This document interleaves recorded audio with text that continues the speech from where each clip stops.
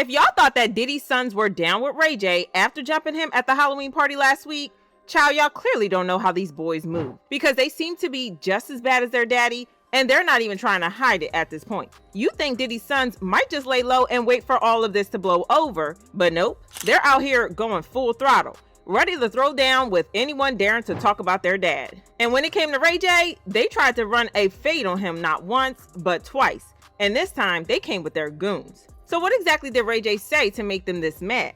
Let's talk about it. If you're curious why Diddy's sons would go after Ray J when everybody has been dragging out their dad, it's because Ray J and Diddy used to be close. They teamed up on projects and were often seen together at events. And things took a serious turn after Diddy's legal issues surfaced. Initially, Ray J had Diddy's back. When the first headlines dropped in April, Ray J kept it cool, staying neutral and steering clear of any mess. But as Diddy's legal troubles piled up, Ray J did a complete switch up. He started speaking out about Diddy on social media, and he wasn't holding back. He went from subtle shade to outright hard-hitting criticism. Is Diddy all there is?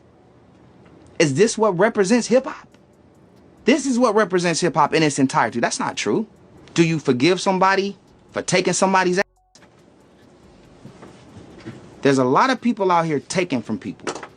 Not only like people are getting robbed of not only their money and their spirituality.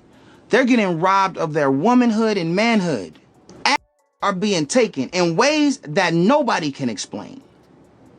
Do you chuckle? Do you laugh? Do you help? Do you criticize? Because I see a lot of jokes out there right now talking about baby oil.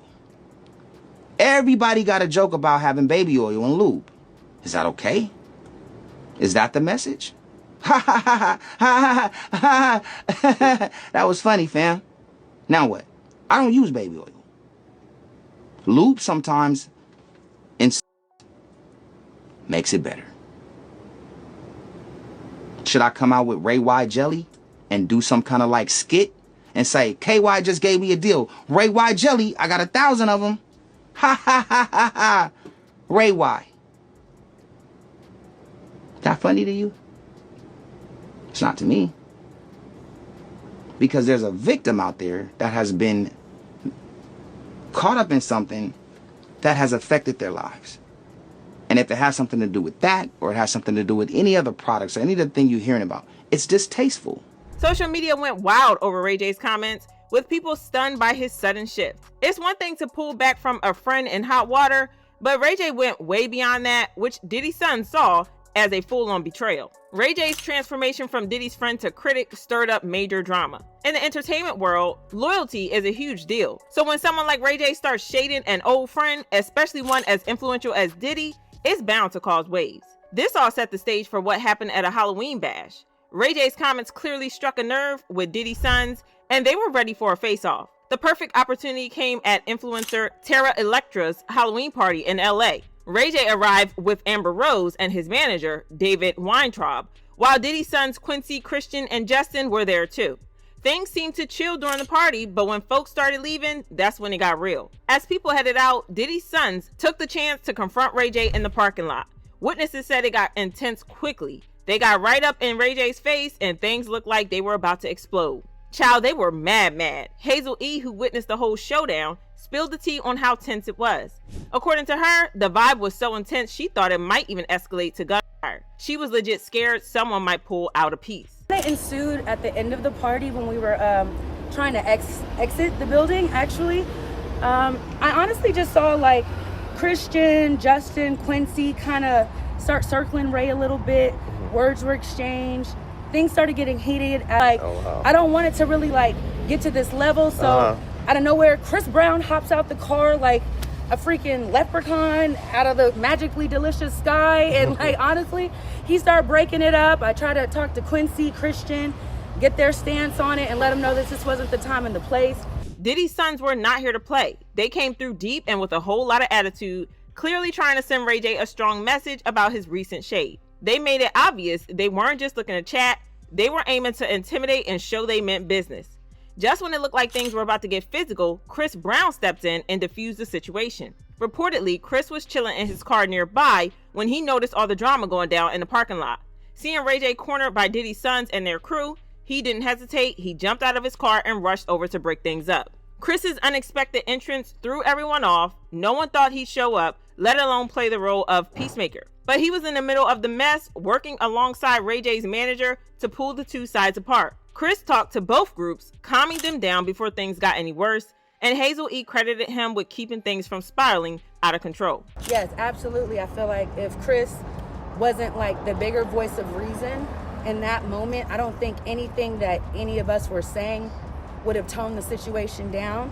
So honestly, yeah, Chris really did help the situation. I don't know when Chris became the big homie. You know what I'm saying? After, we're just trying to get Ray calmed down, because at this point he feels like he got pressed by the Combs kids. And he's like, you know, a grown man, OG from LA. He feels like they in his city, you know what I'm saying? So his emotions were definitely high, running rampant. I won't lie, Chris Brown's actions that night showed a whole new side of him. People were shook to see him stepping up, taking charge, and calming things down. It's not exactly what you'd expect, considering his rep for getting a little too involved in drama and fights. I mean, we all know he's got a bit of a hothead streak, and he's been in more scuffles than we can count. So seeing him actually breaking up a fight was low-key refreshing.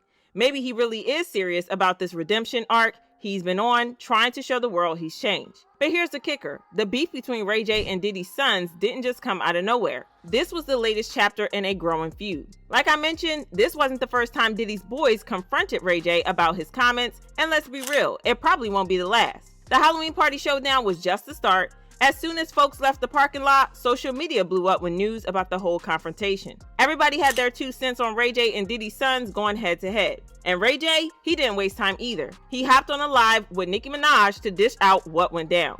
No, we didn't have a fight. We had a big argument right outside the club. And who started it?